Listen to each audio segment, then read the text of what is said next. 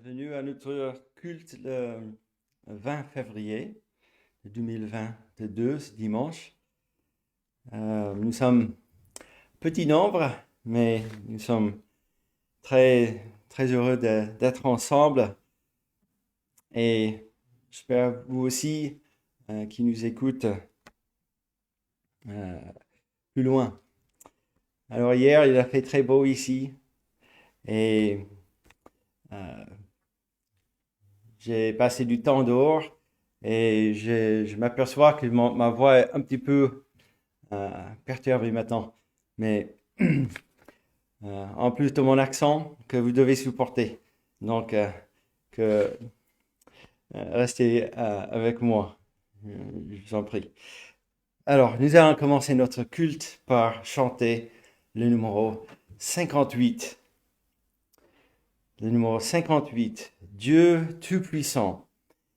Quand mon cœur considère tout l'univers créé par ton pouvoir. Ça commence ainsi. Donc chantons le numéro 58.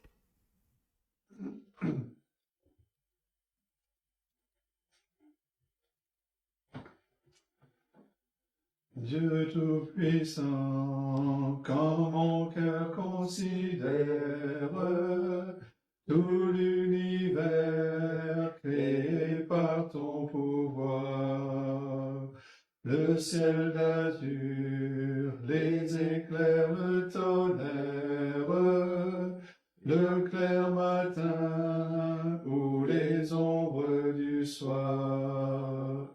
De tout mon être, alors s'élève un chant. Dieu Tout-Puissant, que tu es grand. De tout mon être, alors s'élève un chant. Dieu Tout-Puissant, que tu es grand.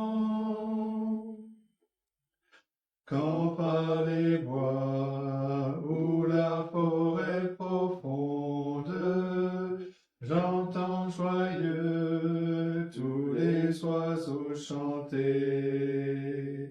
Quand sur les monts, la source avec son onde livre aux zéphyrs son chant doux et léger. Mon cœur heureux s'écrie à chaque instant, ô Dieu d'amour, que tu es grand. Mon cœur heureux s'écrie à chaque instant, ô Dieu d'amour, que tu es grand. Mais quand je songe au sublime mystère, qu'un Dieu si grand a pu penser à moi, que son cher Fils est devenu mon frère, et que je suis l'héritier du grand roi. Alors mon cœur dit la nuit le jour, que tu es bon, ô Dieu d'amour. Alors mon cœur dit la nuit le jour, que tu es bon, ô Dieu d'amour. Quand mon sauveur éclatant de lumière se lèvera de son trône éternel, et que laissant les douleurs de la terre, je pourrai voir les splendeurs de son ciel.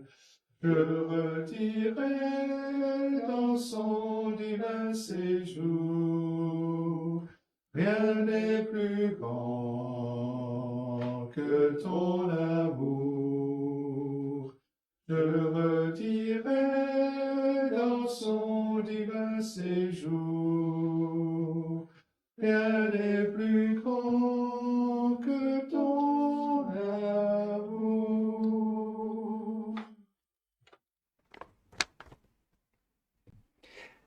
Prions.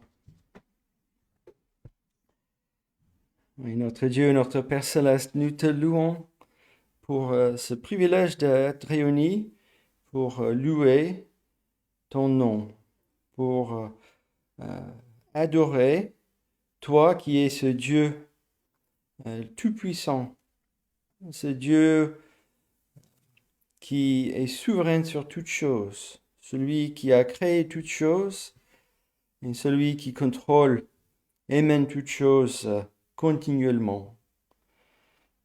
Tu es ce Dieu qui est juste et saint. Et comme c'est écrit dans l'Apocalypse, là où tu es, les êtres vivants, les saints ne cessent pas de crier Saint, Saint, Saint. Et le Tout-Puissant. Et nous aussi, nous disons la même chose, de reconnaître que tu es ce Dieu qui est majestueux, ce Dieu que exige toute l'adoration, ce Dieu qui tient tout dans ses mains. Non seulement tu es ce Dieu de justice, de ta justice, parce que tu as l'autorité sur toutes choses qui se passent dans l'univers, sur cette terre, par les nations, jusqu'à nous, jusqu'à chacun de ton peuple, de tes enfants. Et il n'y a rien qui échappe à tes yeux. Donc, c'est juste et correct de venir devant toi en tremblant, de te craindre, toi qui es ce Dieu qui a donné la vie et aussi qui décide d'ôter la vie, qui fait tout selon ta sagesse. Tu fais aussi selon ta miséricorde. Et tu es ce Dieu de grâce que est aussi révélé dans ta parole. Tu as envoyé ton Fils pour faire cette œuvre de salut pour ton peuple, de créature rebelle à tes commandements, complètement coupée de toi, qui es saint. Alors, il y a un moyen d'être réconcilié avec toi, c'est par être couvert par Jésus-Christ, ton Fils, par sa justice qui est mise sur nous. Nous ne pouvons pas t'approcher par nous-mêmes et nos propres justices, des bonnes œuvres que nous essayons de faire. Nous venons devant toi, en Jésus-Christ, celui qui a fait ta volonté, qui t'a obéi, qui a suivi toute la loi, qui est allé à la croix pour donner sa vie, ce qui était nécessaire pour enlever les péchés de ton peuple. Et à cause de cela, et pas d'autre chose, nous pourrons venir devant toi sans craindre ta colère. Mais nous venons avec crainte de ce respect et adoration, humblement que tu es ce Dieu tout-puissant qui a fait ces choses. Et en même temps, nous reconnaissons notre faiblesse parce que souvent, nous oublions que tu es ce Dieu qui opère continuellement. Tu es ce Dieu qui nous connaît intimement, plus que nous-mêmes. Tu connais toutes nos faiblesses et tu nous aimes en ton Fils. Oui, nous ne méritons pas ta faveur et ta grâce. C'est pour cela que nous venons devant toi avec louange et adoration. Toi qui es ce Dieu de salut, de grâce et de miséricorde en Jésus-Christ. Notre Dieu, nous voulons prier pour ceux qui ne sont pas avec nous dans la salle aujourd'hui. Nous pensons alors à Wendy, à Kobus et Benita. Seigneur, que tu sois avec eux, que tu les bénis et que aussi tu leur donnes cette sentiment, cette présence dans leur cœur de toi et que tu les protèges et que tu les gardes. Aussi pour ceux qui sont avec nous en ce moment connectés, que tu les bénis, que ta parole puisse les nourrir, que la paix qui vient seulement de toi puisse les entourer, pénétrer. Nous sachons que tu es ce Dieu avec tout dans tes mains continuellement et que tu amènes chacun près de toi par toutes sortes d'épreuves et de circonstances. Toutes tes voies sont bonnes. Aide-nous par ta parole de voir que tu es notre secours. Notre Dieu, nous voulons aussi prier pour ceux qui regardent ou écoutent des prédications que nous ne connaissons pas ou qui écoutons ou regardons en différé les prédications, les cultes. Nous aussi, nous prions que la parole de Dieu puisse te nourrir, que l'Esprit vienne pour t'aider à saisir de cette parole qui est la vie, la vraie vie, la vie éternelle. Nous ne connaissons pas, ni votre situation, mais Dieu, il connaît. Et c'est pas par hasard que vous êtes tombés sur nos prédications.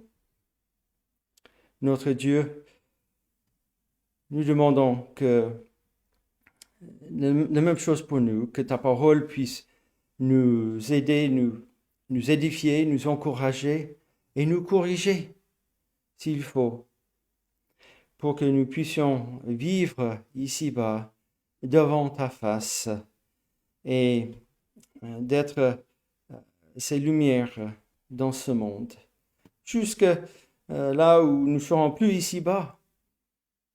Et nous attendons avec impatience ce jour de retour de ton Fils pour chercher toute son Église. Veuille bénir ces instants. Ce matin, nous demandons toutes ces choses en Jésus-Christ. Amen. Nous allons lire un passage dans le livre d'Ésaïe. Donc c'est le chapitre 40.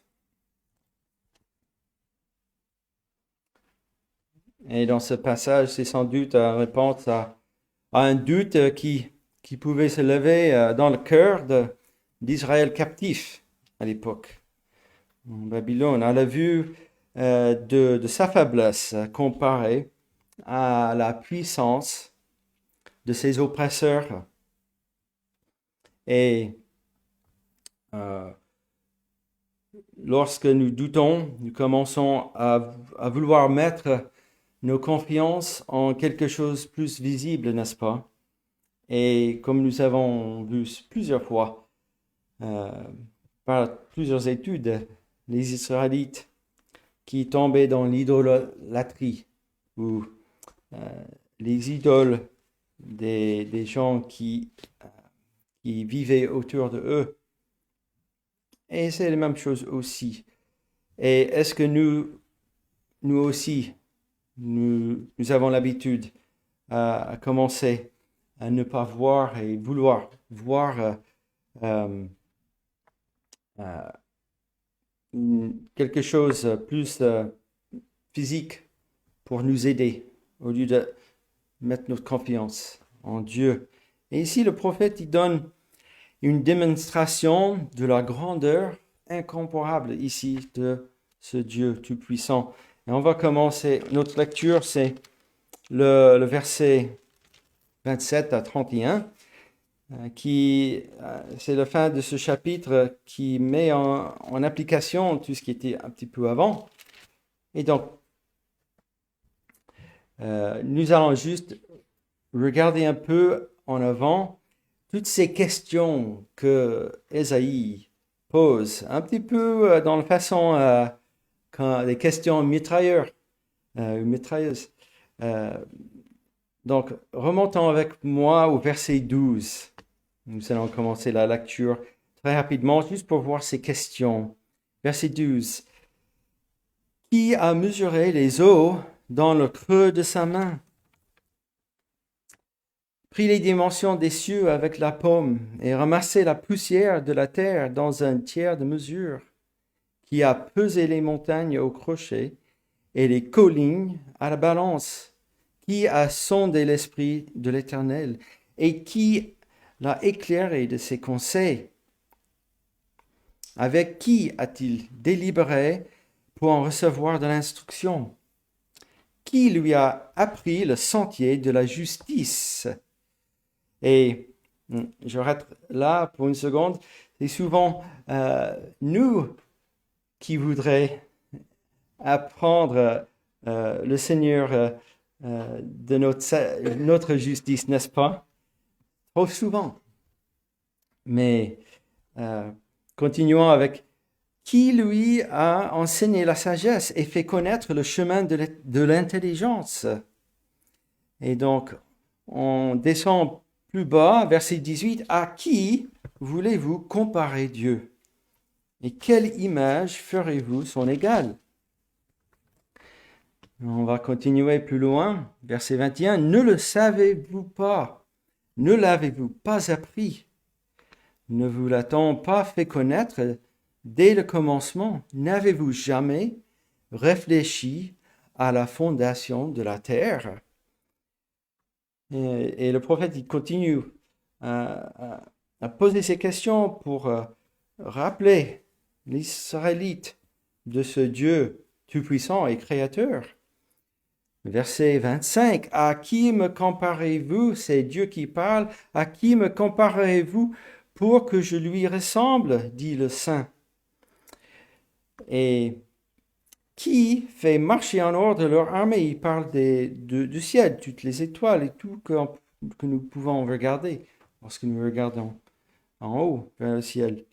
Et donc nous arrivons à verset 27 qui commence par « Pourquoi dis-tu Jacob? Pourquoi dis-tu Israël? Ma destinée est cachée devant l'Éternel. Mon droit passe inaperçu devant mon Dieu. Ne le sais-tu pas? Ne l'as-tu pas appris? C'est le Dieu d'éternité, l'Éternel, qui a créé les extrémités de la terre. Il ne se fatigue point, il ne se lasse point. On ne peut sonder son intelligence. Il donne de la force à celui qui est fatigué. Et il augmente la vigueur de celui qui tombe en défaillance. Les adolescents se fatiguent et se lassent, et les jeunes hommes chancellent. Mais ceux qui se confient en l'Éternel renouvellent leur force, et ils prennent leur vol comme les aigles. Ils courent et ne se lassent point. Ils marchent et ne se fatiguent point. Jusque-là, la lecture, et quel encouragement pour le peuple de Dieu. Et nous allons chanter le numéro 337. Si le Seigneur nous donne la force de marcher sans se fatiguant, ne se fatigue point. Chantons le 337. On commence par marchons avec joie dans le bon chemin, dans l'étroite voie du bonheur, sans fin, laissons en arrière les biens d'ici-bas, prions notre Père de guider nos pas. 337.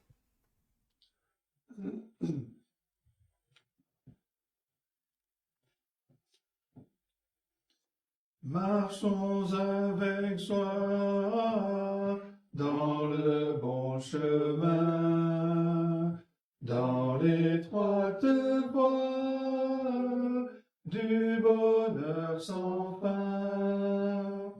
Laissons en arrière les biens d'ici-bas, prions notre Père de guider nos pas, comptant sur sa grâce, rempli de sa paix, que rien n'embarrasse nos pas désormais.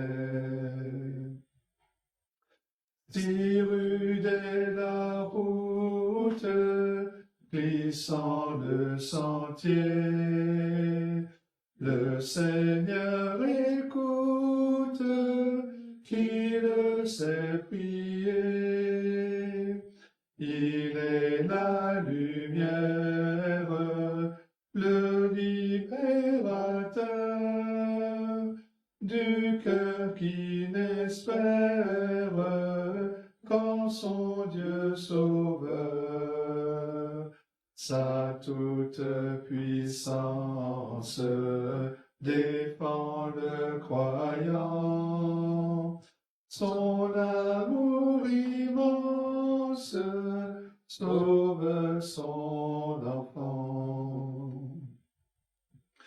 Et quand sonne l'heure de quitter ces lieux, il a pour demeure le palais des cieux, vêtement de gloire, d'immortalité, palme de victoire pour l'éternité.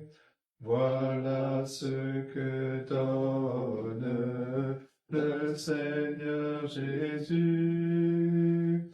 Voilà la couronne de tous les élus.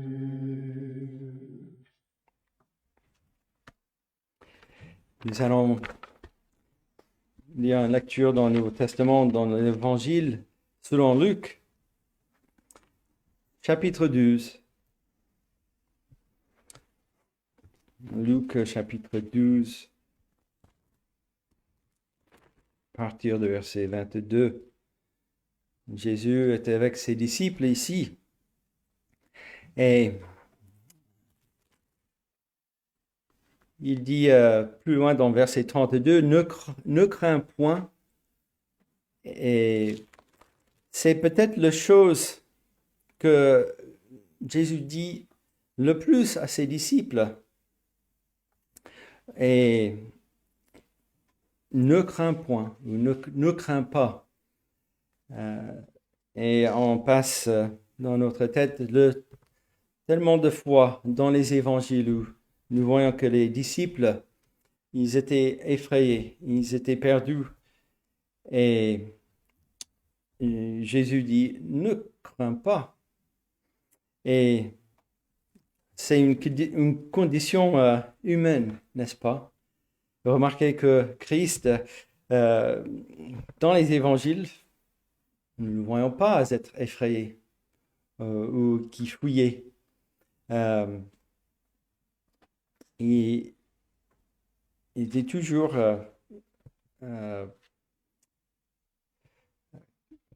vraiment sans ces soucis peut-être ou des craintes que nous avons, n'est-ce pas? Et donc ici, Jésus leur dit en fait plus haut ce que nous devons vraiment craindre, n'est-ce pas? Si nous remontons à verset 5 de Luc chapitre 12, et nous lisons, je vous montrerai qui vous devez craindre. Craignez celui qui, après avoir tué, a le pouvoir de jeter dans le Gehenna. Oui, je vous le dis, c'est lui que vous devez craindre. Et nous allons commencer la lecture au verset 22 maintenant. Jésus dit ensuite à ses disciples, c'est pourquoi je vous dis, ne vous inquiétez pas pour votre vie, de ce que vous mangerez, ni pour votre corps, de quoi vous serez vêtus. La vie est plus que la nourriture, et le corps plus que le vêtement. Considérez les corbeaux, ils ne sement ni ne moissonnent, ils n'ont ni cellier ni grenier, et Dieu les nourrit. Combien ne valez-vous pas plus que les oiseaux? Qui de vous, par ses inquiétudes, peut ajouter une coudée à la durée de sa vie? Si donc vous ne pouvez pas même la moindre chose, pourquoi vous inquiétez-vous du reste? Considérez comment croissent les lits. Ils ne travaillent ni ne filent. Cependant, je vous dis que Salomon, même dans toute sa gloire, n'a pas été vêtu comme l'un d'eux. Si Dieu revêt ainsi l'herbe qui est aujourd'hui dans les champs et qui demain serait jetée au four, à combien plus forte raison vous vêtera-t-il, gens de peu de foi? Et vous, ne cherchez pas ce que vous mangerez et ce que vous boirez, ne soyez pas inquiets. Car toutes ces choses, ce sont les païens du monde qui les recherchent. Votre Père sait que vous en avez besoin. Cherchez plutôt le royaume de Dieu, et toutes ces choses vous seront données par-dessus. Ne crains point, petit troupeau, car votre Père a trouvé bon de vous donner le royaume. Et jusque-là, la lecture, je vous invite à chanter le numéro 237. Alors, si nous avons une image d'être revêtus par Dieu, n'inquiétez pas à ce que nous sommes vêtus. Rappelez-vous de cette image de vêtement, la justice de Christ qui est mise sur nous. Et donc, nous sommes revêtus. C'est pour ça que nous ne devons pas aussi avoir des inquiétudes. Nous avons aussi une autre image dans ce cantique, 237. Lavé, plus blanc que la neige, n'est-ce pas? Dans le verset 18 d'Ésaïe chapitre 1, où il y a la référence de ce cantique dans notre livre À toi la gloire ici. Si vos péchés sont comme le cramoisi, ils deviendront blancs comme la neige. Et aussi, nous avons lu les versets dans le psaume 51 récemment.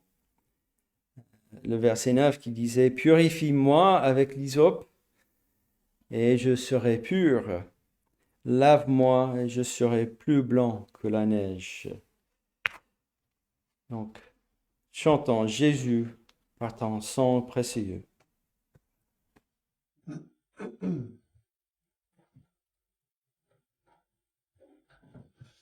Jésus, par ton sang précieux, enlève mon iniquité.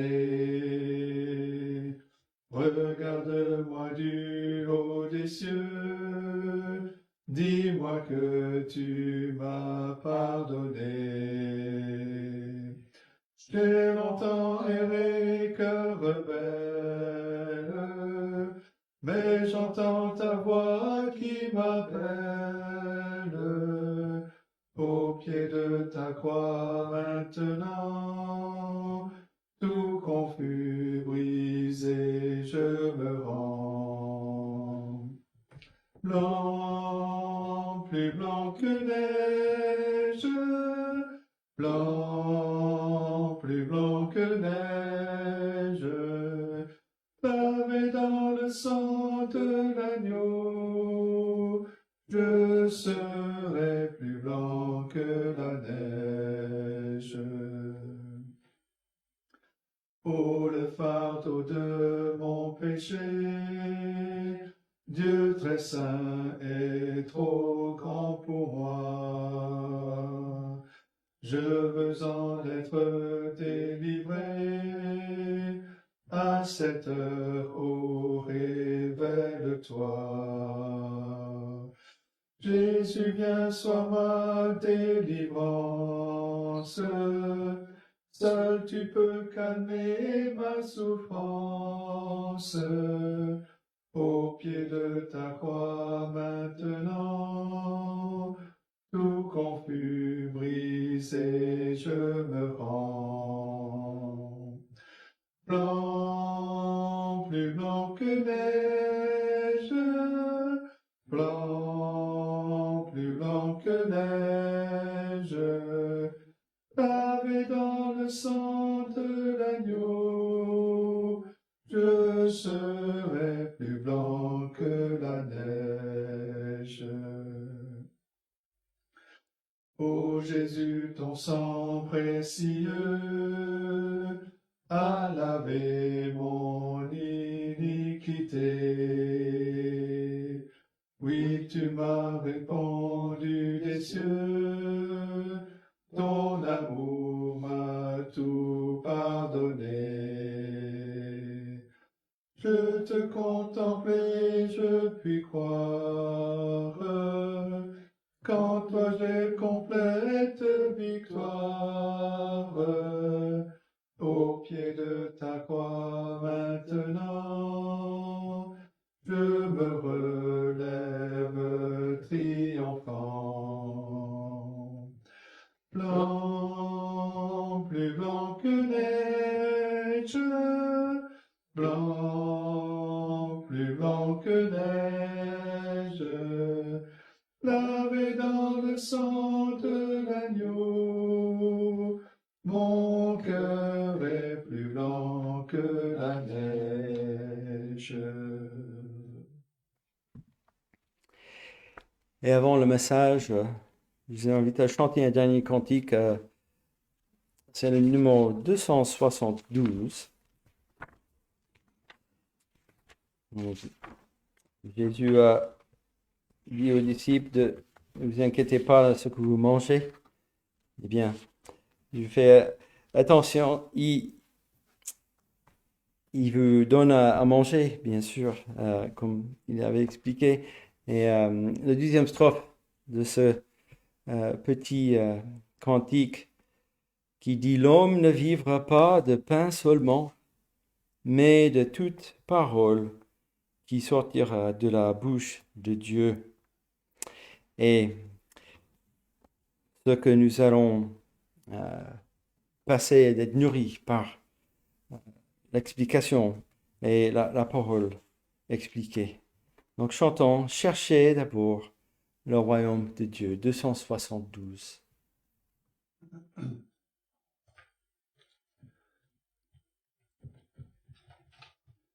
Cherchez d'abord le royaume de Dieu et sa justice.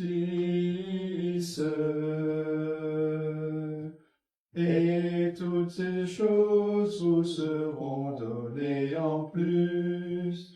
Alléluia, Alléluia. L'homme ne vivra pas de pain seulement, mais de toute parole qui sortira de la bouche de Dieu. Alléluia, Alléluia.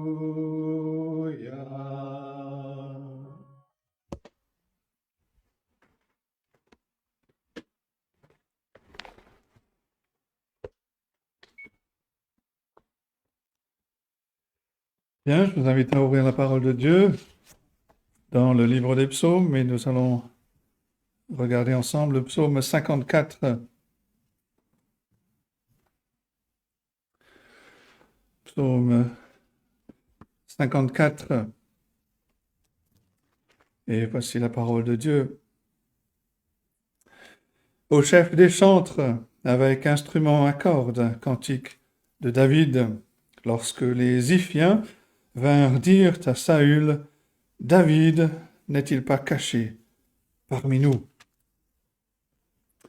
Ô Dieu, sauve-moi par ton nom et rends-moi justice par ta puissance. Ô Dieu, écoute ma prière, prête l'oreille aux paroles de ma bouche, car des étrangers se sont levés contre moi, des hommes violents en veulent à ma vie. Ils ne portent pas leur pensée sur Dieu. Voici, Dieu est mon secours. Le Seigneur est le soutien de mon âme. Le mal retombera sur mes adversaires. Réduis-les au silence dans ta fidélité. Je t'offrirai de bon cœur des sacrifices. Je louerai ton nom, ô Éternel, car il est favorable. Car il me délivre de toute détresse. Et mes yeux se réjouissent à la vue de mes ennemis. Et jusque-là, la parole de Dieu. Dans le psaume 53, où David donne un portrait du méchant, de l'impie, David exprime sa compassion pour ceux qui sont insensés, dépravés, qui vivent comme si Dieu n'existait pas, et qui sont violents envers ceux qui craignent Dieu. Dans ce psaume 54, David retourne vers ce thème des méchants, incrédules, mais la difficulté maintenant, c'est qu'il doit vivre parmi ces incrédules, parmi ces méchants, et cela cause beaucoup de problèmes. Par exemple, au verset 5, il dit « Des étrangers se sont levés contre moi. Des hommes violents en veulent à ma vie. Ils ne portent pas leurs pensées sur Dieu. » Et les méchants, les incrédules, se sont levés. Ils en veulent à la vie de David. Et contrairement au psaume 53, où David se réjouit de la délivrance future, psaume 53, verset 7, par exemple. « Oh, qui fera partir de Sion la délivrance d'Israël, quand Dieu ramènera les captifs de son peuple.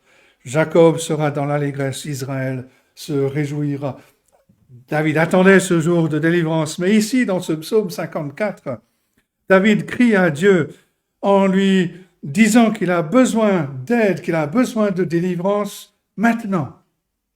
Pas dans l'avenir, mais maintenant. Délivre-moi, Seigneur. Si on voulait une version plus moderne, on dirait sinon je suis dans le pétrin. David demande de l'aide, il a besoin d'aide maintenant.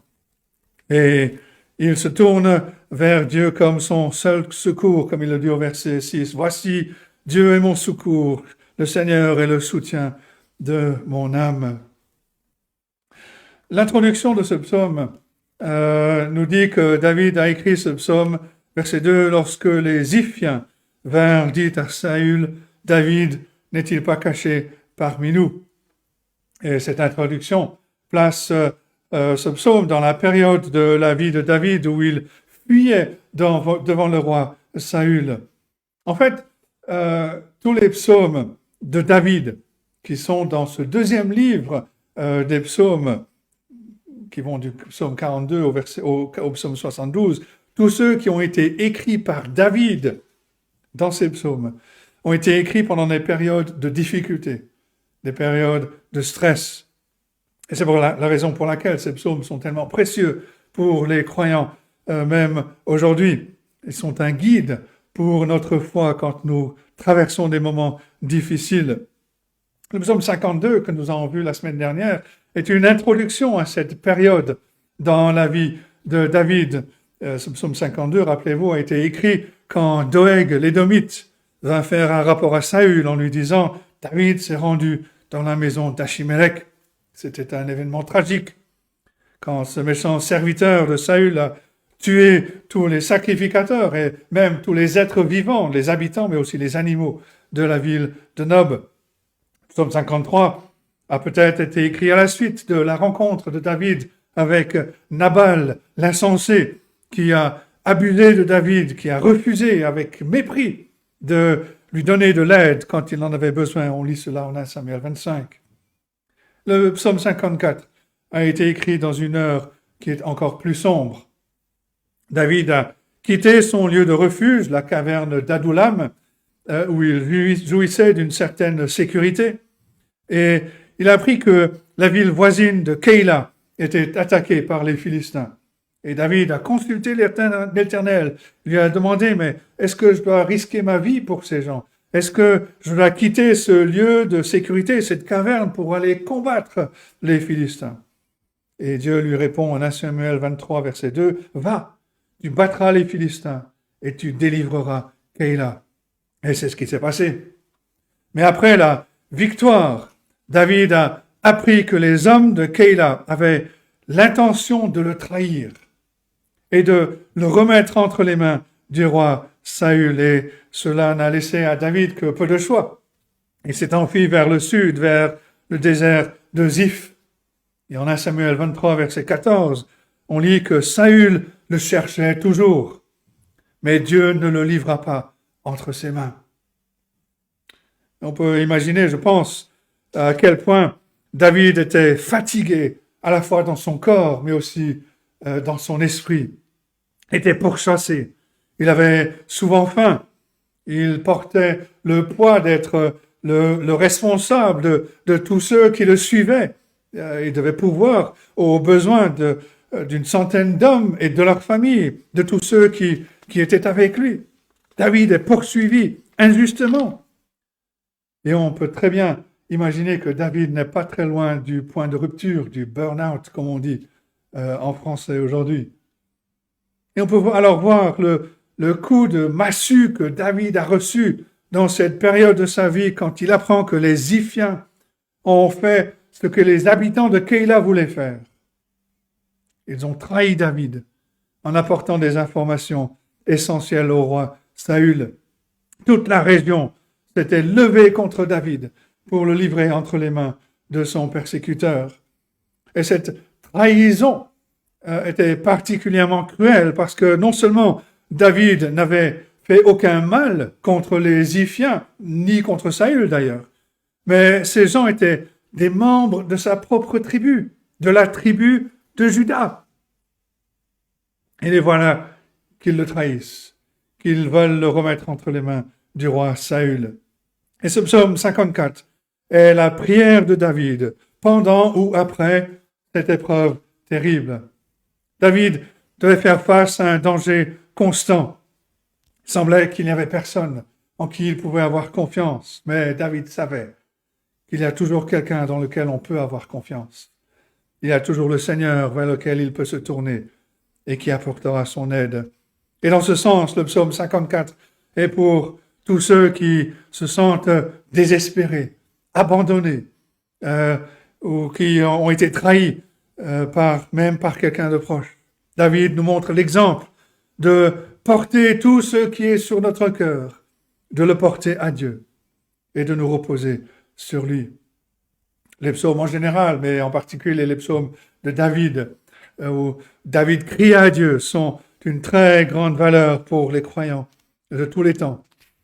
Ce sont des exemples, des guides pour nous aider dans notre vie de prière.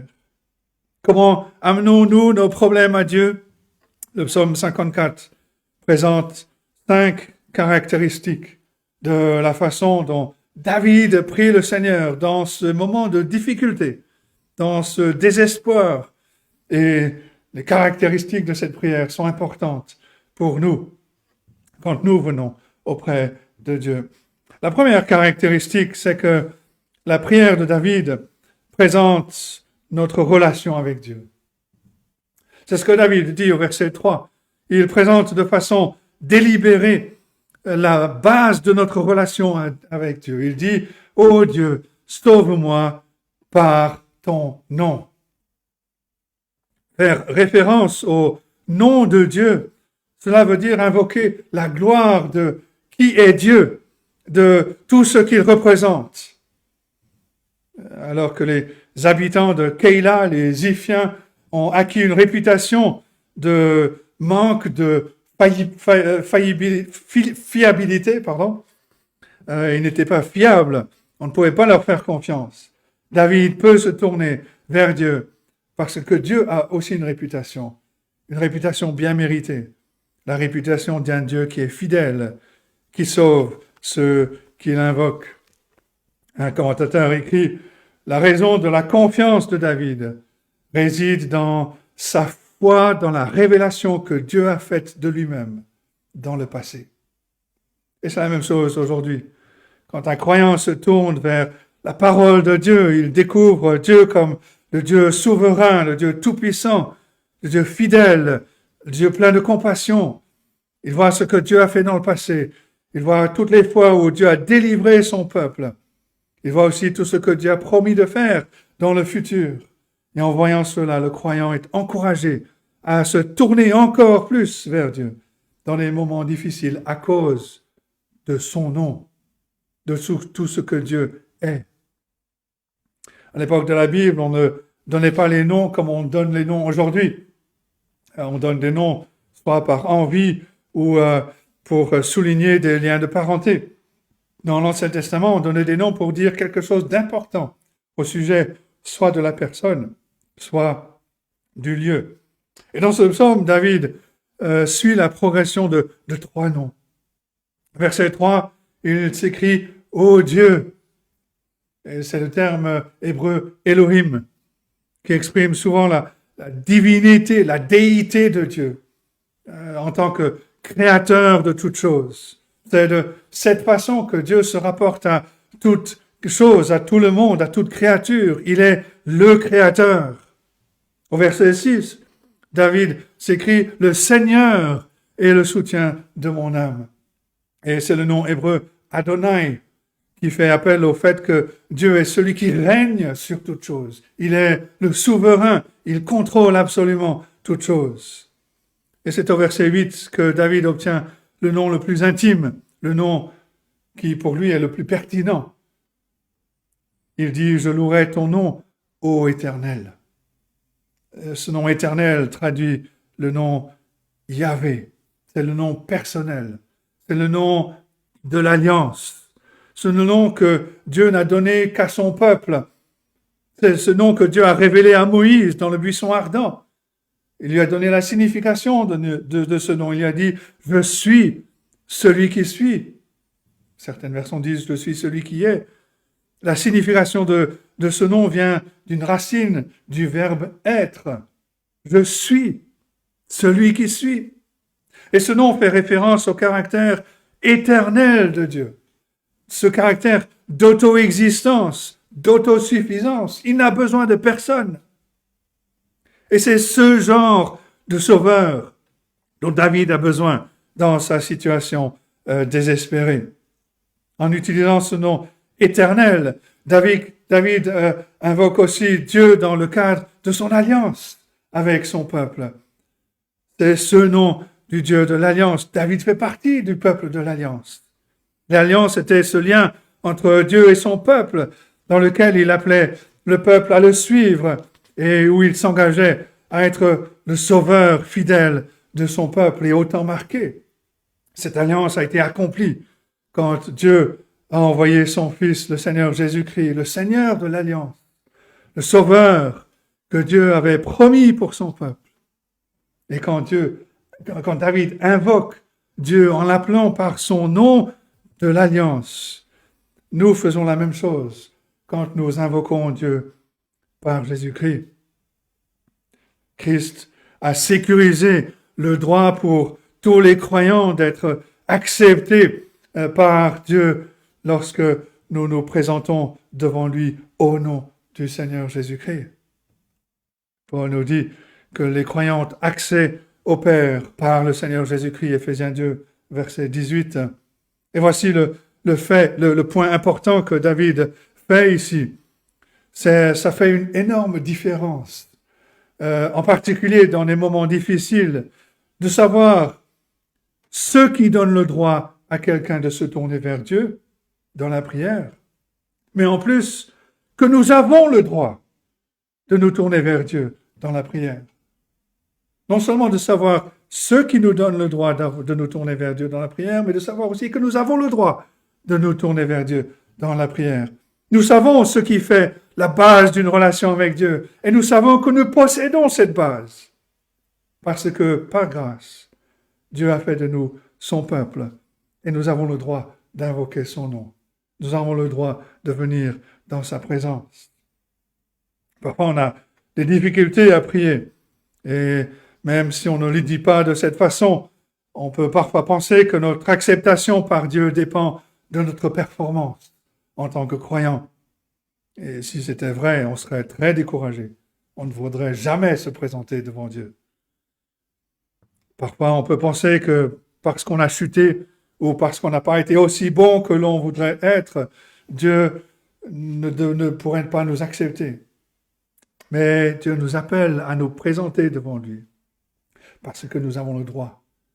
Nous avons le droit de le faire parce que Christ a sécurisé ce droit pour nous. Nous avons cet accès libre dans la présence de Dieu parce que Christ a sécurisé cet accès pour nous et parce que Dieu veut se révéler toujours plus à nous en Jésus-Christ. Nous sommes acceptés par Dieu par les œuvres, mais par les œuvres de Jésus-Christ qu'il a accomplies à notre place. Et nous les recevons par la foi. Et donc la clé vers la confiance, c'est de savoir que par la foi en Jésus-Christ, nous avons le droit d'entrer dans la présence de Dieu. Et ce droit a été sécurisé par le Seigneur Jésus-Christ. Jean 1, verset 12, en parlant de Christ, qui est la parole, dit ceci, mais à tous ceux qui l'ont reçu, à ceux qui croient en son nom, elle, la parole, Christ, a donné le pouvoir de devenir enfants de Dieu. Et les enfants ont le droit d'entrer dans la présence de leur père, de leurs parents, de leur dire leurs besoins, de savoir que leur père va les aider, va les secourir. En Christ, nous sommes devenus les enfants de Dieu. Nous avons le droit d'invoquer son nom dans la prière.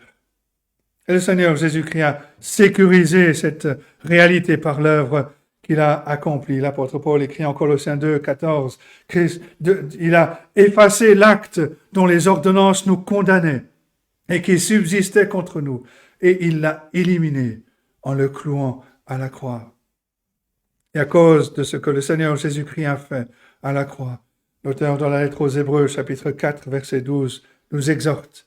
Il dit, approchons-nous donc avec assurance du trône de la grâce, afin d'obtenir miséricorde et de trouver grâce pour être secourus dans nos besoins.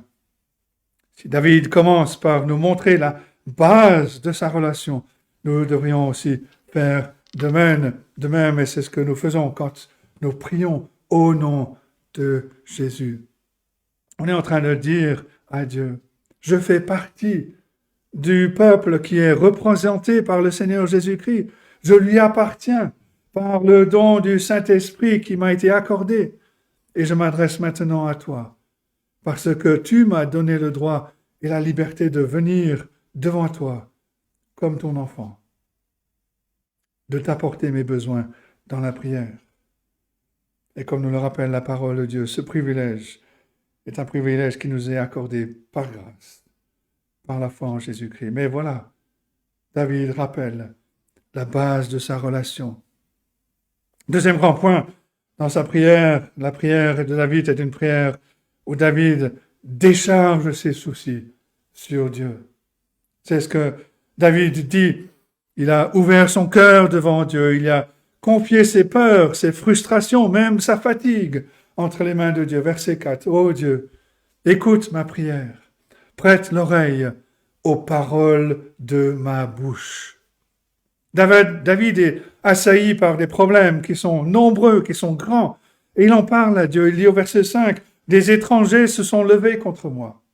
Des hommes violents en veulent à ma vie. Ils ne portent pas leurs pensées sur Dieu. » Les Ziphiens auraient dû être des voisins. Ils viennent de la même tribu, la tribu de Juda, comme David. Mais ils agissent comme des étrangers. Et leur empressement à vouloir trahir David pour l'amener au roi Saül était sans pitié. C'était violent. C'est le terme qu'il utilise. Des hommes violents en veulent à ma vie. Dans son état de vulnérabilité, David est entouré par des hommes qui, comme il le dit, ne portent pas leurs pensées sur Dieu. David savait ce que nous devrions savoir. On ne peut pas mettre notre confiance dans ceux qui ne craignent pas Dieu, parce qu'ils ne seront pas fidèles dans leur relation avec les autres. Toutes ces choses, bien entendu, Dieu les connaissait. David n'apporte pas de nouvelles informations à Dieu dans ce psaume. Jean Calvin nous rappelle que dans son commentaire, il n'était pas nécessaire que David informe Dieu d'un fait qui lui était déjà connu. Mais David décharge son cœur en évacuant la cause de sa peur et de son inquiétude. Il décharge son cœur. Il décharge ses soucis. Parce que Dieu a toujours une oreille bienveillante pour écouter nos demandes, il est toujours prêt à recevoir les cris de nos cœurs. Au lieu d'essayer de porter nous-mêmes nos fardeaux, qui sont souvent trop grands pour nous, que ce soit nos anxiétés, nos préoccupations, nos ressentiments, des choses qui nous pèsent.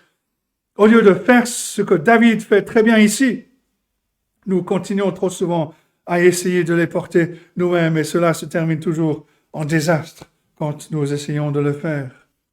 Alors que la parole de Dieu nous exhorte à nous décharger sur Dieu. 1 Pierre 5, verset 7. Déchargez-vous sur lui de tous nos soucis, car lui-même prend soin de vous. C'est un de ces versets qu'il faut apprendre par cœur et retenir, se rappeler de cette vérité. Parfois, un chrétien qui est abattu, qui est tombé très bas, aura besoin de l'aide de ses frères et sœurs en Christ pour venir l'encourager à se décharger ses soucis sur Dieu et même s'approcher de Dieu dans la prière.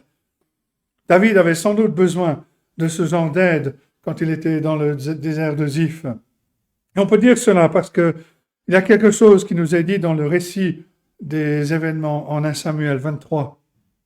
Le texte nous apprend que l'ami de David, son ami avec lequel il avait fait alliance, Jonathan, n'était pas très loin. Jonathan était officier dans l'armée de son père, du roi Saül, et Jonathan a réalisé que son ami David n'était pas très loin du point de rupture. Jonathan craignait Dieu et craignait que David ne tombe s'il ne pouvait se tourner vers le Seigneur dans la prière. Et en 1 Samuel 23, verset 16, on lit que ce fut alors que Jonathan, fils de Saül, se leva et alla vers David dans la forêt. Et voici ce qu'il dit. Le texte continue en disant « Il fortifia sa confiance en Dieu. » Il fortifia sa confiance en Dieu. Qu'est-ce que cela veut dire d'être un ami pour un frère ou une sœur en Christ? C'est de pouvoir fortifier la confiance de l'autre en Dieu. David vacille, il chancelle. Jonathan arrive, le prend par la main et l'amène à se saisir de la main de Dieu, encore une fois. Il restaure la confiance de David dans le salut du Dieu de grâce, le salut du Dieu qui est fidèle à sa parole. Jonathan rappelle à David la parole de Dieu à son sujet, les promesses qu'il lui a données. 1 Samuel 23, verset 17, la suite du passage. Jonathan dit à David, « Ne crains pas, car la main de Saül, mon père, ne t'atteindra pas. Tu régneras sur Israël. Moi, je serai au second rang après de toi. Saül, mon père, le sait bien aussi. » Parfois, tout ce que nous pouvons faire pour un ami, c'est avec amour de lui rappeler les preuves de la parole de Dieu au sujet de l'amour de Dieu, de la fidélité de Dieu, de lui rappeler les promesses que Dieu a données à son peuple. Très souvent, on n'aura pas la capacité de résoudre le problème. On ne pourra pas toujours enlever la cause de l'affliction. Mais on peut être une bénédiction pour un frère ou une sœur en Christ quand nos paroles viennent fortifier leur confiance en Dieu. Jonathan a fortifié la confiance de David en Dieu. Et le psaume 54 est sans doute le résultat du ministère de Jonathan. David s'est déchargé sur Dieu de ses soucis. Troisième caractéristique de cette prière, David offre une prière qui prend plaisir en Dieu. On trouve au milieu de cette prière que David se réjouit en la personne de Dieu, en ce que Dieu a fait pour lui et en ce que Dieu fera.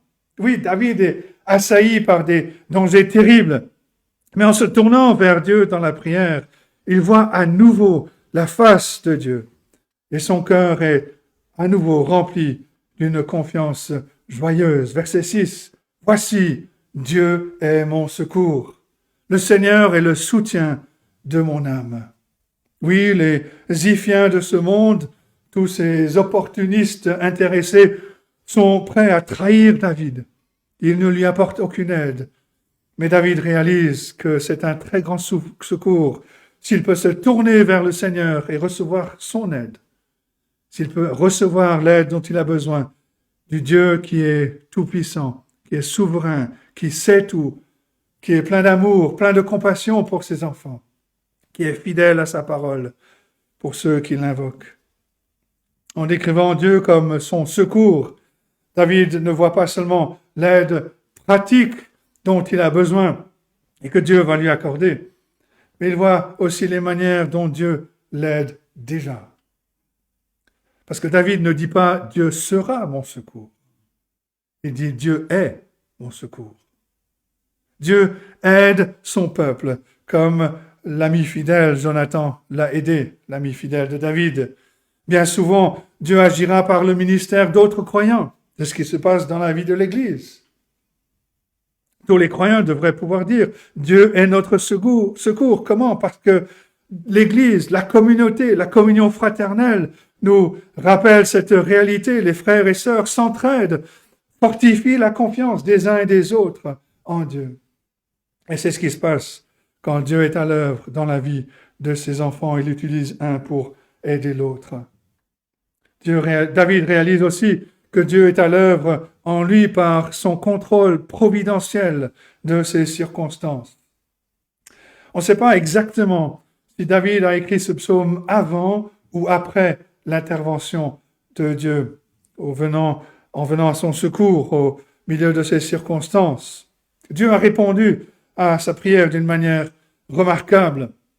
Et on lit cela en 1 Samuel 23, versets 25 à 28. Saül partit avec ses gens à la recherche de David, et l'on en informa David qui descendit le rocher et resta dans le désert de Maon. Saül, l'ayant appris, poursuivit David au désert de Maon. Saül marchait d'un côté de la montagne, David avec ses gens de l'autre côté de la montagne. David fuyait précipitamment pour s'échapper à Saül. Mais déjà Saül et ses gens entouraient David et les siens pour s'emparer d'eux. Voilà l'intervention de Dieu. Lorsqu'un messager vint dire à Saül, « Hâte-toi de venir, car les Philistins ont fait invasion dans le pays. » Saül cessa de poursuivre David et il s'en retourna pour aller à la rencontre des Philistins. C'est pourquoi on appelle à ce lieu, c'est là, Hamash, les côtes. David était sur le point d'être pris, mais la délivrance de Dieu vient sous la forme d'un messager qui vient avertir Saül que les Philistins ont envahi le pays. Saül vient arrêté de poursuivre David. Et David a vu, David a reconnu que Dieu était son secours. Mais le secours le plus important que Dieu a apporté à David, ce n'est pas le ministère de Jonathan, aussi important soit-il, ni le secours sous le contrôle dans le contrôle des circonstances.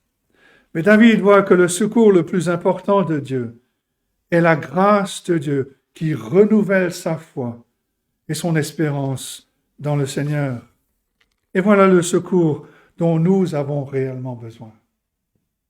Oui, nous avons besoin du secours en ce qui concerne notre santé, notre sécurité, tous nos besoins légitimes. Mais nous devons réaliser avec David que le secours le plus important dont nous avons besoin est le secours pour renouveler notre foi, le secours pour nous fortifier. Parce qu'avec une foi qui est forte, nous pouvons persévérer dans toutes les circonstances. Comme je dis tout à l'heure, on ne sait pas si David a écrit ce psaume avant ou après que Dieu n'envoie le messager vers Saül pour lui dire que les Philistins avaient envahi le pays.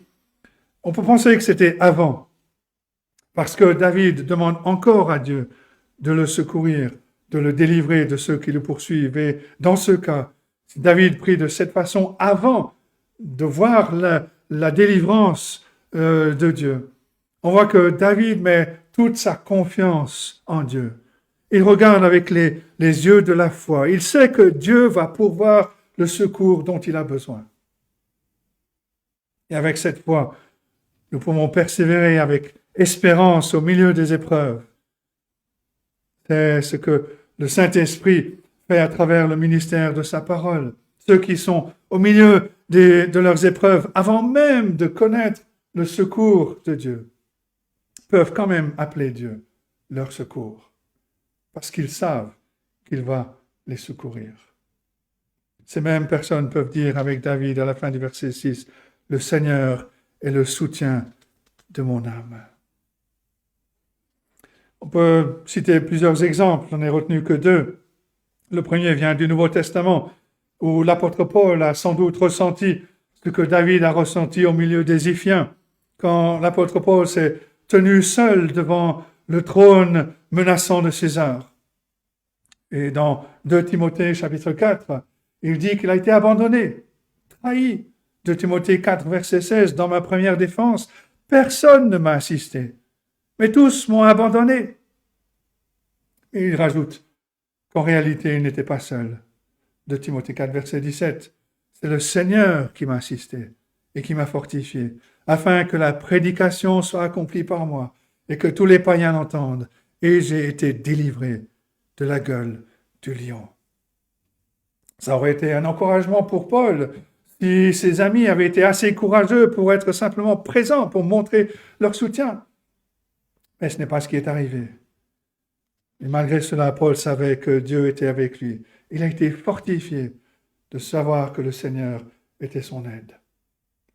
Le deuxième exemple vient de l'histoire de l'Église, quand Martin Luther s'est tenu seul pour défendre la vérité de l'Évangile, face aux menaces de l'empereur du Saint-Empire romain germanique, Charles Quint, et de l'Église catholique romaine.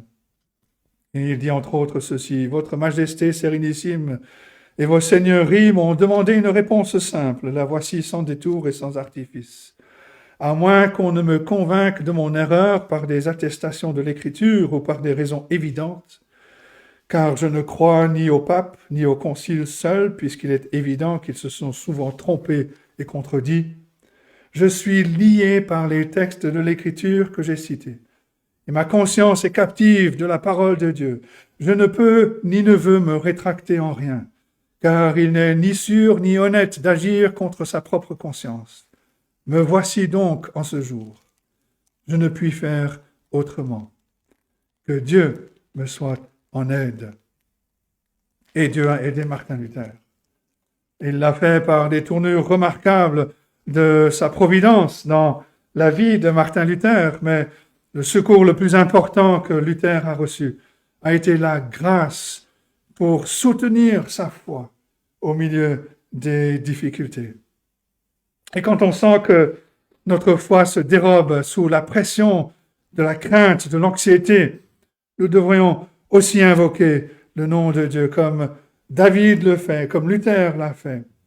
Que Dieu me soit en aide, ou viens à mon aide, ô Dieu, ô l'Éternel, le Seigneur est le soutien de mon âme. Pas seulement pour me soulager au milieu de la détresse, mais pour fortifier mon âme avec une foi conquérante. Quatrième caractéristique de cette prière, c'est qu'elle présente des demandes à Dieu. David a commencé par présenter sa relation à Dieu. Il a ensuite déchargé ses fardeaux et ses soucis sur Dieu. Il a pris plaisir en la personne de Dieu. Et maintenant, il n'a pas peur de présenter ses besoins à Dieu dans la prière. David a besoin d'être délivré de ces personnes méchantes, incrédules, incroyantes. Il se plaint que des méchants se sont levés contre lui, cherchent à le tuer. David veut que Dieu écrase ses ennemis et le garde en sécurité.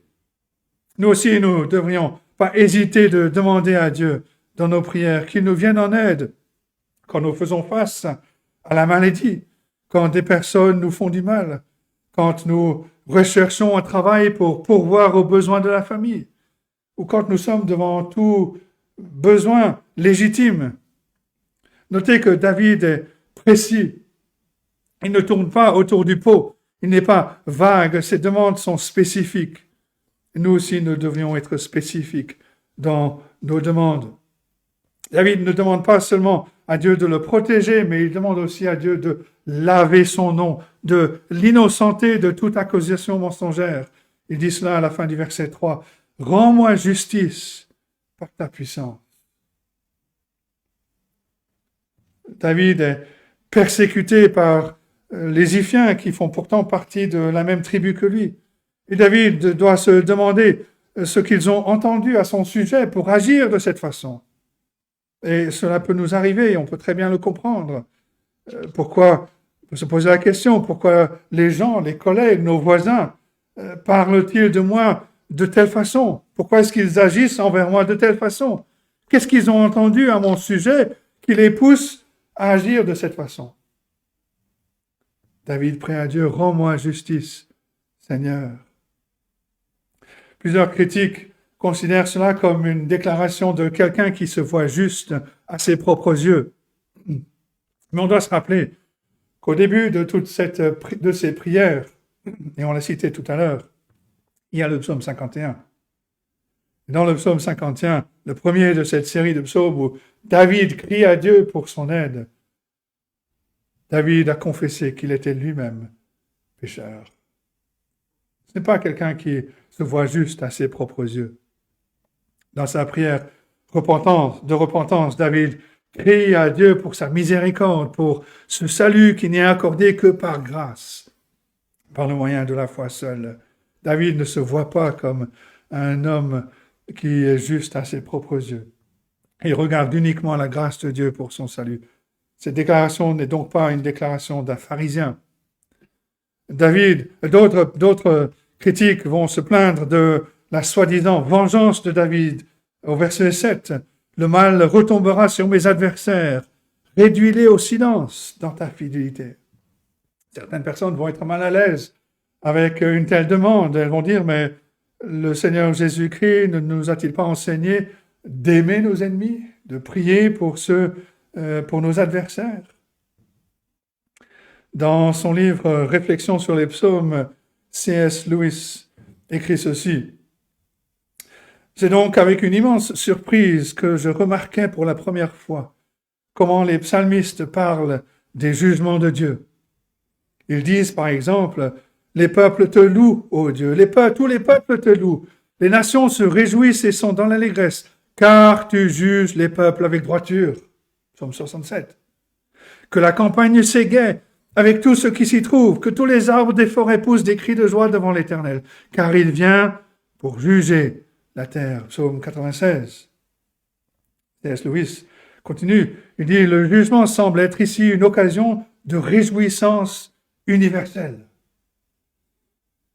La raison de cette allégresse apparaît rapidement évidente. comme nous le faisons nous-mêmes. Les Juifs de l'Ancien Testament pensaient le jugement de Dieu sur le modèle d'une cour de justice terrestre. À cette différence près que pour le chrétien, ce procès évoque une affaire criminelle où il se trouve au banc des accusés, alors que pour le Juif, il représente une procédure civile où il est lui-même le plaignant. Le premier, le chrétien, espère l'acquittement, ou plutôt le pardon. Le second escompte un triomphe retentissant, avec d'importants dommages et intérêts en sa faveur. C'est pourquoi il prie, « Réveille-toi pour me faire justice, défends ma cause. » Et là, il cite le psaume 35. Et David prie dans ce sens. Il veut voir Dieu agir pour défendre sa cause. David était quelqu'un qui n'avait aucune cour d'appel sur terre pour défendre son nom qui avait été calomnié. Saül, le roi, était son ennemi. David n'avait aucune cour d'appel qui pourrait restaurer ce qui lui avait été enlevé. Et David prie Dieu de l'emporter dans son jugement. C'est la base de l'enseignement du Nouveau Testament. L'apôtre Paul, en Romains 12, verset 19, écrit ceci, « Ne vous vengez pas vous-même, bien-aimés, mais laissez agir la colère, car il est écrit, « À moi la vengeance, à moi la rétribution, dit le Seigneur. » Et nous devons venir à Dieu, nous en remettre à lui, sachant que c'est lui qui vengera son peuple. Et nous pouvons même le louer pour cela, parce que sa vengeance sera juste. Nous devons apprendre à prier comme David. « Rends-moi justice par ta puissance. » Oui, je ne cherche pas la justification par mes œuvres. Je crois au Seigneur Jésus-Christ, à son œuvre parfaite. Mais je souffre, Seigneur. J'ai besoin que tu fasses que les choses soient justes. Certains croyants sont réticents à faire des demandes comme David fait ici parce qu'ils savent que Dieu est souverain, parce qu'ils savent que Dieu sait tout, qu'il est présent partout. Et ces personnes vont dire, mais est-ce que ce n'est pas insulter Dieu que de lui demander de telles choses alors qu'il sait tout? Jésus n'a-t-il pas enseigné que le Père Céleste sait de quoi nous avons besoin avant même que nous ne le lui demandions? Pourquoi même lui demander? La réponse à ces objections, c'est que Jésus, oui, a bien enseigné cela, mais il ne l'a pas appliqué en disant qu'il n'y avait aucune raison de prier. Au contraire, il dit de ne pas prier comme les païens, qui répètent des formules, des paroles vaines. Oui, Dieu sait ce dont nous avons besoin, mais il nous invite à venir à lui, simplement, à ouvrir notre cœur, à reconnaître notre besoin, à lui demander. Jésus nous enseigne à prier, parce que le Père veut accorder de bonnes choses à ceux qui les lui demandent. Nous prions à Dieu parce qu'il est souverain, parce qu'il sait de quoi nous avons besoin. Mais Dieu veut que nous ne lui demandions. Nous lui demandions ce dont nous avons besoin. D'autres vont dire que c'est inutile de prier parce que Dieu a décrété toutes choses avant même que le monde ne soit créé. La réponse à cela, c'est que Dieu nous demande de lui présenter nos besoins. Il nous commande même de prier. Il est vrai que Dieu a décrété toutes choses, tout ce qui se passe dans ce monde avant même que le monde ne soit créé. Mais il est aussi vrai que Dieu a décrété les moyens d'accomplir son dessein. Et il veut que nous prions, parce que c'est de cette façon qu'il accomplira sa volonté souveraine. Certains croyants retiennent leurs prières parce qu'ils en veulent à Dieu. Ils disent que si Dieu est souverain sur toutes choses, s'il règne, qu'il a décrété tout ce qui se passe, alors si quelque chose de mauvais m'arrive, cela veut dire que Dieu n'est pas digne de confiance. Comment répondre à cela? Il est vrai que Dieu a décrété tout ce qui se passe, nos bénédictions comme nos épreuves. Dieu a décrété pour le bien de ses enfants et pour sa gloire éternelle. Et le psaume 54 est une grande aide. David connaît Dieu. Il dit, « Ô Dieu, sauve-moi par ton nom. » Il connaît la nature, le caractère de Dieu. Et ce dont nous avons besoin, c'est de connaître Dieu encore mieux, de savoir qui il est. Il est saint. Cela veut dire que ses desseins, ce qu'il fait, tout cela est saint. Et nous pouvons et nous devons lui faire confiance. Dieu est bon. Et même si nous ne le comprenons pas, nous devons savoir que ses desseins, tout ce qu'il fait, tout cela est bon. Et le psaume 54 nous encourage à venir à la conclusion de David que Dieu est notre secours, qu'il est le soutien de notre âme. Même dans les épreuves les plus sombres, la souveraineté de Dieu a pour but de nous rapprocher de lui dans la prière, plutôt que de nous pousser à l'accuser pour nos épreuves. Mais comment faire confiance à Dieu quand toutes nos épreuves ont été décrétées par lui? La réponse vient en réaliser que nous, en tant que pécheurs, nous méritons nos épreuves. Et nous devons nous humilier devant Dieu. Il n'y a aucune tragédie que nous pouvons connaître où nous pouvons dire devant Dieu, je ne l'ai pas mérité. En fait, de par notre nature pécheresse, nous méritons déjà maintenant de connaître les tourments de l'enfer.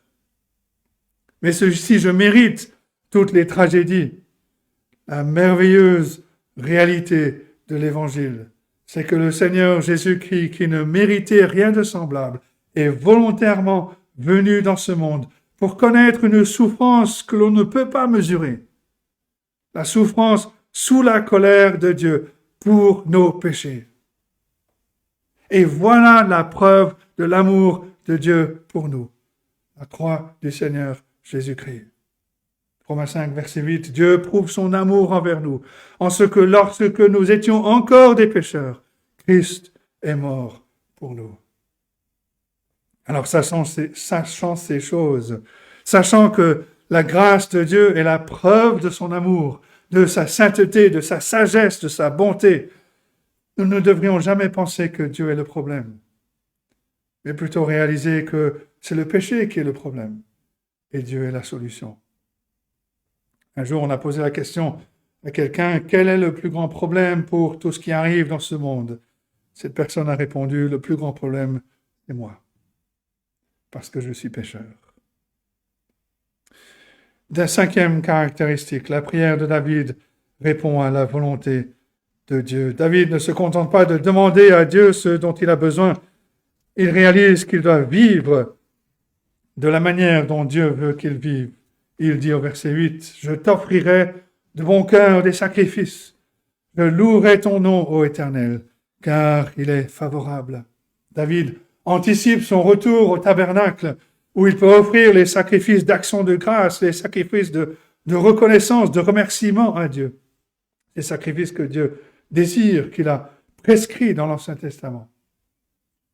La gratitude de David envers Dieu est telle qu'il veut exprimer sa gratitude. Mais comment le faire? David le sait, en obéissant à la parole de Dieu.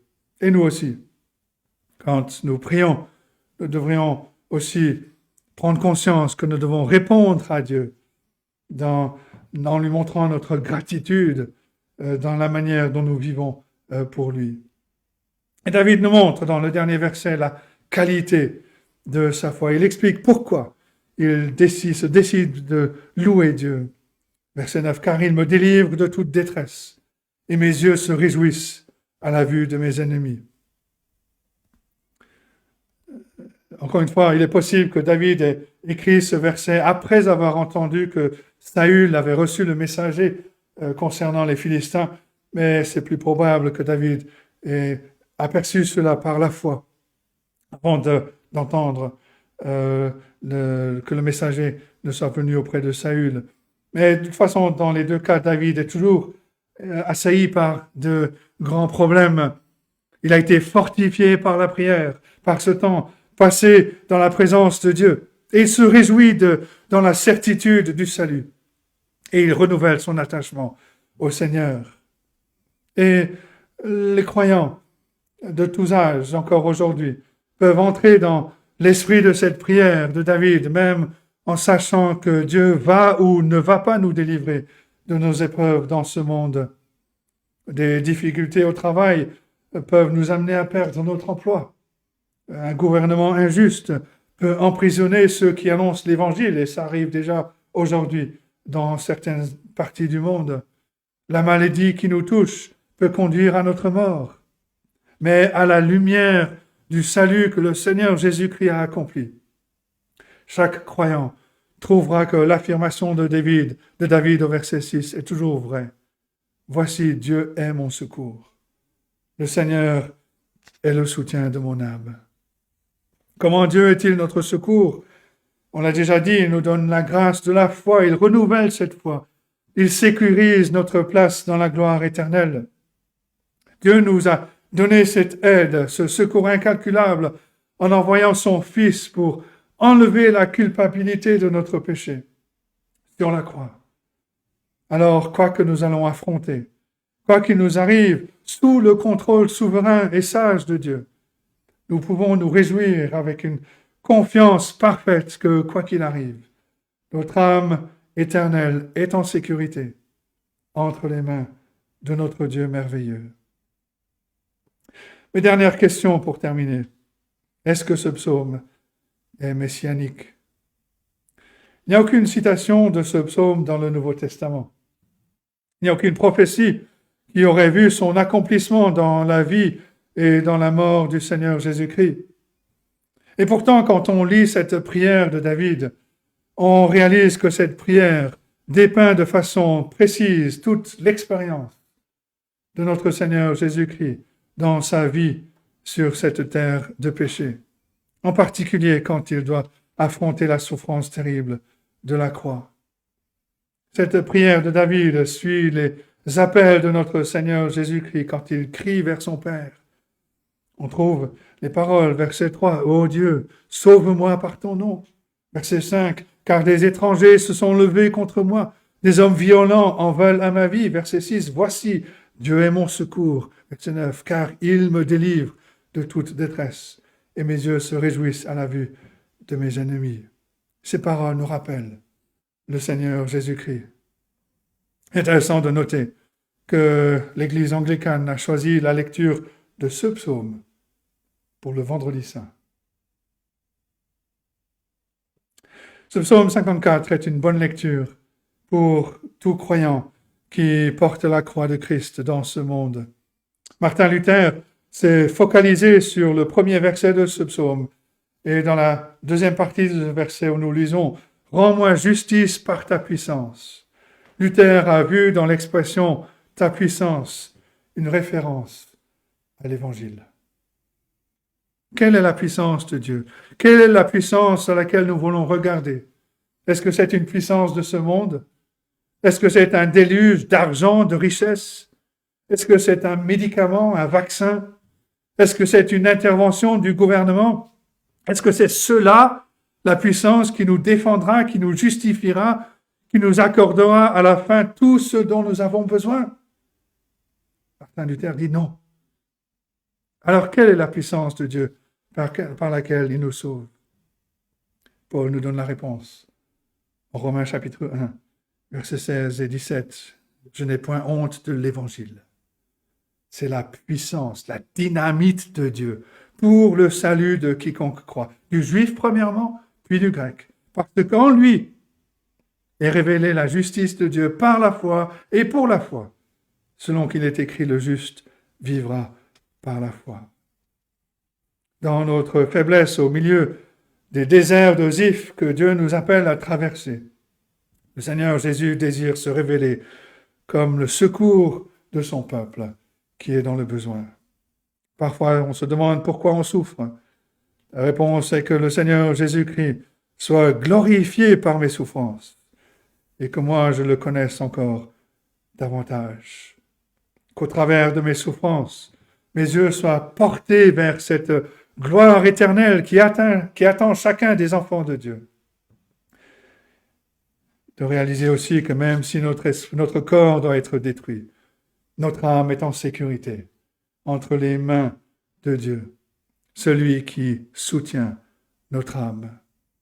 Dans ce monde, nous allons suivre le Seigneur Jésus-Christ en portant notre croix, Nous allons peut-être connaître toutes sortes de souffrances, mais rappelons-nous que nous avons un Dieu qui soutient notre âme et qui répond à nos prières. Rappelons-nous aussi que le Dieu le Père a entendu le Seigneur Jésus-Christ. Il l'a aidé, il l'a secouru, il l'a délivré de la mort. Le tombeau est vide maintenant. Nous pouvons avoir cette certitude que Dieu entendra nos prières, qu'il nous aidera, qu'il viendra à notre secours et qu'il nous délivrera. Sachant cela, nous pourrons vivre maintenant dans la confiance de la foi, en disant à Dieu avec David, « Je louerai ton nom, ô Éternel, car il est favorable. » Que Dieu nous aide à méditer sur ces choses et qu'il bénisse sa parole à nos cœurs. Amen.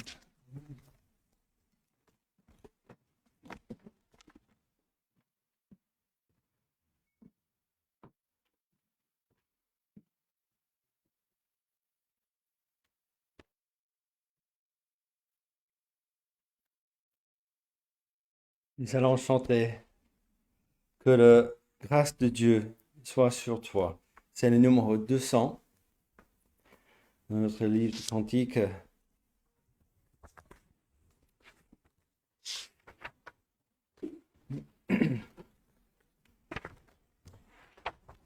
Que la grâce de Dieu soit sur toi pour t'aider à marcher dans ses voies.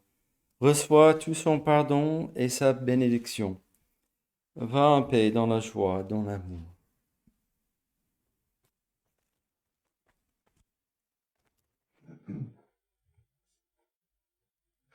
Que la grâce de Dieu soit sur toi, pour t'aider à marcher dans ses voies. Reçois tout son pardon et sa bénédiction. Va en paix dans la joie, dans l'amour.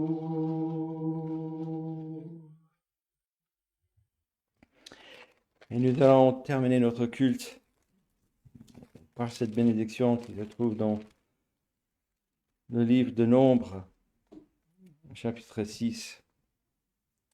C'est le verset 24 à 26 qui dit que l'Éternel te bénisse et qu'il te garde. Que l'Éternel fasse luire sa face sur toi et qu'il t'accorde sa grâce. Que l'Éternel tourne sa face vers toi et qu'il te donne la paix. Amen. Bon dimanche, bonne semaine à tous. À la prochaine.